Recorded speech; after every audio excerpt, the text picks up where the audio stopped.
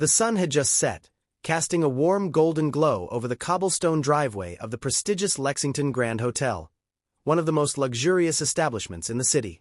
Inside the grand lobby, hotel staff bustled about, assisting guests as they checked in and out.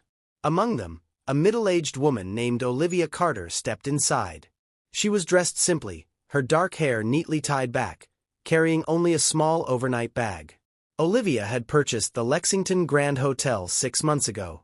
A successful entrepreneur in the hospitality industry, she had always dreamed of transforming this historic but struggling establishment into a beacon of excellence. But instead of arriving with a grand announcement, she chose to check in anonymously, wanting to observe how the staff treated guests when they thought no one important was watching. She approached the front desk where a young receptionist, Emily, was stationed. Emily glanced at Olivia with mild disinterest, quickly assessing her modest appearance before speaking in an indifferent tone. "Can I help you?" Olivia offered a polite smile. "Yes, I have a reservation for tonight. Name's Olivia Carter." Emily frowned as she typed on the keyboard, her nails clicking against the keys. A moment later, she looked up, her expression blank. "I don't see your name in the system. Are you sure you booked with us?" "Yes, I'm sure," Olivia replied calmly. She pulled out her phone and opened the confirmation email, showing it to Emily, but the receptionist barely glanced at the screen. "Well, our system says there's no reservation under that name," Emily said flatly, crossing her arms. "Are you sure you didn't book at the Lexington Inn down the street? It's a budget motel." A hush fell over the surrounding guests, some of whom stole glances at the unfolding scene. Olivia maintained her composure. "I'm positive I booked here. Would you mind checking again?" Emily sighed dramatically, clearly irritated.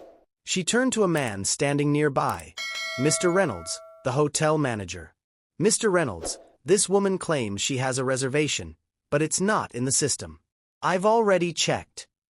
Mr. Reynolds, a middle-aged man in a tailored suit, gave Olivia a condescending once-over. "Ma'am, if your name isn't in our system, I'm afraid there's nothing we can do. The hotel is fully booked." Olivia remained composed. "Then I suggest you contact your corporate office. They can verify my reservation." Emily let out a small laugh. Corporate doesn't have time to deal with issues like this. Just then, a security guard approached. "Is there a problem here?" Emily turned to him. "She doesn't have a reservation but refuses to leave." Olivia calmly corrected her. "I never refused to leave. I simply asked for clarification." The guard stiffened. "Ma'am, if you don't leave voluntarily, I'll have to escort you out." By now, other guests in the lobby were visibly uncomfortable, whispering among themselves. Some had even pulled out their phones to record the situation. But Olivia remained unfazed. She took out her phone and made a call. "Hello, this is Olivia Carter. I'm at the Lexington Grand Hotel and having a bit of an issue. Could you send over the regional director and legal team? Thank you." Emily and Mr. Reynolds exchanged nervous glances, but they stood firm, convinced Olivia was bluffing. 15 minutes later, a tall man in a sharp suit entered the lobby, flanked by 2 other executives. He walked directly to Olivia, offering a warm handshake. "Ms. Carter, I sincerely apologize for the inconvenience. We'll sort this out immediately." The room fell silent. Mr. Reynolds paled. "Ms. Carter? You mean?" The man turned to him, his expression serious. "Yes, this is Olivia Carter, the owner of Lexington Grand Hotel." Emily's mouth fell open, her face drained of color. I didn't know." Olivia's polite smile faded, replaced by quiet determination. "That much is clear. And it's exactly why I came in anonymously, to see how guests are treated when you think no one is watching." She turned to the executive. "Please pull the staff training records. I want a full review of their conduct and adherence to company policies." Looking back at Emily and Mr. Reynolds, her voice was firm.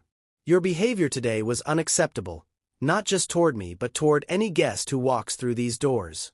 This is not the kind of establishment I want to run." Mr. Reynolds stammered, attempting an apology, but Olivia raised a hand. Save it. Actions speak louder than words. Consider this your formal notice.